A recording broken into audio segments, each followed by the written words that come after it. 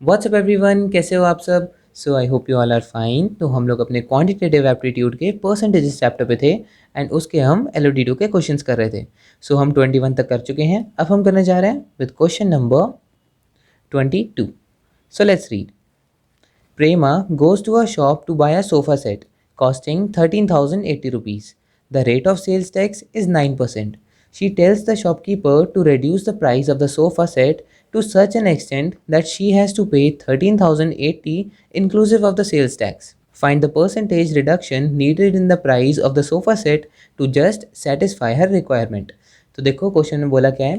प्रेमा एक शॉप पे जाती है सोफ़ा सेट खरीदने, ठीक है। एंड वो सोफ़ा सेट 13,080 रुपीज़ का होता है एंड उस पर जो सेल्स टैक्स होता है वो 9% का लगता है, ठीक है।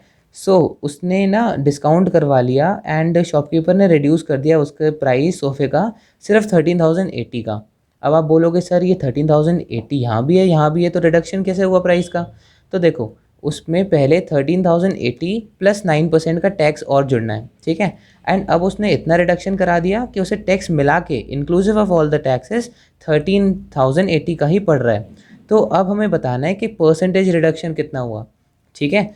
तो देखो पहले प्राइस कितना था, सोफ़ा का प्राइस प्लस टैक्स, है ना, यही था। तो सोफ़े का प्राइस कितना होता है 100%, हम पूरा मान लेते हैं एंड 9% का टैक्स अलग से, ठीक है। तो ये 109% के बराबर हो गया, सॉरी 109% के बराबर हो गया, ठीक है। एंड हमें सोफ़ा का रेट पता है 13,080 का है, तो 100% जो है सोफ़े का प्राइस वो 13,080 का है। तो बताओ 109% कितने का हुआ। सिंपल यूनिटरी मेथड, अगर 100% 13,080 का है तो 109 कितना हुआ 13,080 divided by 100 into 109। Unitary method simple. इसे सॉल्व करोगे तो 109 मल्टीप्लाइड बाय 13,080 डिवाइडेड बाय 100। सो ये आएगा 14,257.2। तो टोटल प्राइस पहले कितनी पड़ रही थी 14,257.2, ठीक है। एंड उसने रिडक्शन करवाने के बाद उसकी प्राइस कितनी पड़ रही थी, सोफ़ा एंड टैक्स दोनों मिला के 13,800 पड़ रही थी। तो ये हो गई ओल्ड प्राइस। फिर न्यू प्राइस उसने कितनी करवा ली 13,080। तो डिफरेंस कितने का आया, कितने का रिडक्शन हुआ, दिस माइनस दिस। इसे सॉल्व करोगे 1,177.2 आएगा आपका आंसर। तो रिडक्शन हुआ इतने का एंड हमें पूछा परसेंटेज रिडक्शन, तो परसेंटेज रिडक्शन भी निकाल लेते हैं। ये रिडक्शन हुआ एंड परसेंटेज रिडक्शन कितना हुआ, reduction divided by old into 100, that's it. इसे सॉल्व करो। इसे सॉल्व करते हैं 11,772 डिवाइडेड बाय 14,257.2 इंटू 100। सो ये आपका आंसर आएगा 8.256, ठीक है, लगभग 8.26%, ठीक है। So this is your answer, option number B. Now question number 23। The price of a certain article was raised by 10% in India. The consumption of the same article was increased from 200 tons to 225 tons. By how much percent will the expenditure on the article rise in the Indian economy? तो देखो ये तो बहुत easy question है। क्या बोला है, एक आर्टिकल की प्राइस जो है वो 10% से बढ़ जाती है, ठीक है। एंड उसका कंजम्पशन जो है वो 200 से 225 का हो जाता है।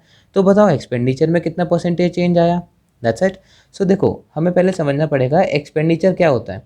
एक्सपेंडिचर मतलब कितना पैसा गया, तो जितने का आर्टिकल है मल्टीप्लाइड बाय हमने जितना कंजम्पशन किया है हम उतना ही तो एक्सपेंडिचर देंगे, है ना। जैसे कुछ खरीदने जाते हैं तो उसके अमाउंट क्या है उस चीज़ की मल्टीप्लाइड बाय उसकी हमने कितनी क्वांटिटी खरीदी है उतना हम एक्सपेंडिचर करते हैं।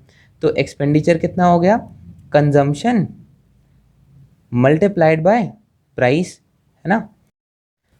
मैं यहाँ पर पहले का प्राइस ओल्ड प्राइस मान लेता हूँ एज 100 रुपीज़, ठीक है। ये हम पुराना निकाल रहे हैं, पहले कंजम्पशन था 200 टन्स का मल्टीप्लाइड बाय प्राइस कितना था मैंने मान लिया 100। टोटल एक्सपेंडिचर कितना हो गया एज 20,000, ठीक है। अब न्यू एक्सपेंडिचर कितना हो गया, न्यू एक्सपेंडिचर में कंजम्पशन मल्टीप्लाइड बाय प्राइस, ठीक है। कंजम्पशन कितना हो गया 200 से 225 टन का, ठीक है। 225 मल्टीप्लाइड बाय एंड प्राइस कितना हो गया 10% से बढ़ गया। तो अब खुद सोचो पुराना वाला 100 था, एंड नया वाला 10% से बढ़ गया, तो 100 का 10% 10 होता है, तो नया वाला कितना हो गया 100 प्लस इसका 10%, दैट इज़ 110। तो प्राइस कितनी हो गई 110।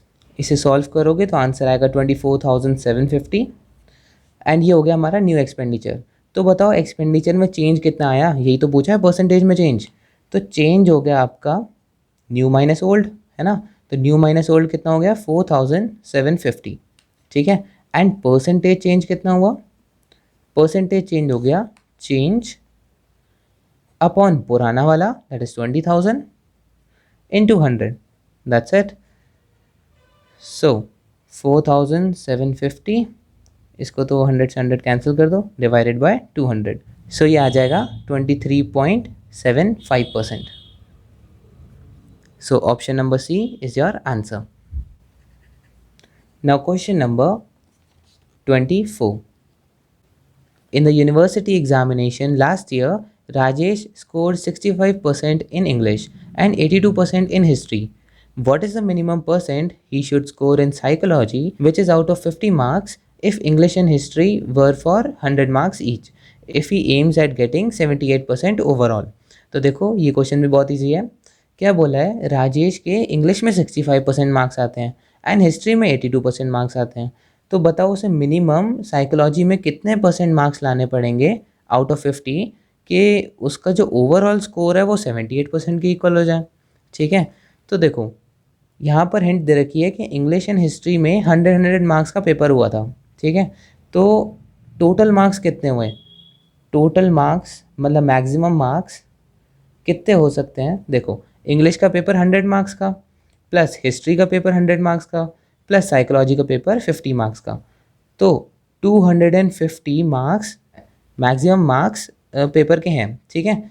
सो अब इसमें वो उसे लाने कितने हैं, 78% मार्क्स उसे एम है उसका, तो 78% इंटू 250 कितना हो गया, इसे सॉल्व करोगे 2 times 5, 2 times 3 and 2 times 9, 5 times 5, तो 39 टाइम्स 5 195।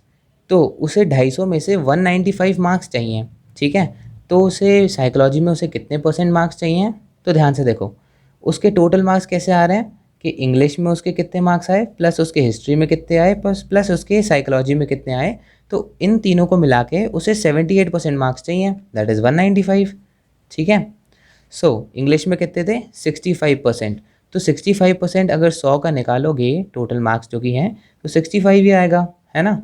एंड हिस्ट्री में उसके कितने मार्क्स आए 82%, 82% किसका 100 नंबर का पेपर था तो 82 मार्क्स, प्लस अब साइकोलॉजी में कितने आने चाहिए वो मैंने मान लिया x, तो टोटल मार्क्स हो गए 195। तो ये 65 प्लस 82 कितना हो गया 80 60 is 140 147, 147 plus x equals to 195, तो x हो गया 195 माइनस 147, तो ये हो जाएगा 48 मार्क्स उसे साइकोलॉजी में लाने हैं आउट ऑफ 50 ताकि वो 78% मार्क्स स्कोर कर पाएँ। तो यहाँ तो परसेंटेज में पूछा है, तो नंबर में तो हमें पता चल गया कि उसे 48 मार्क्स लाने हैं out of 50।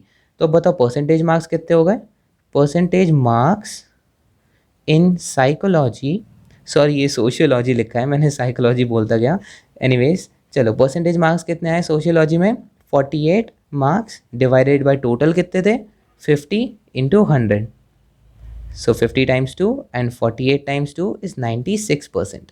So option number D is your answer.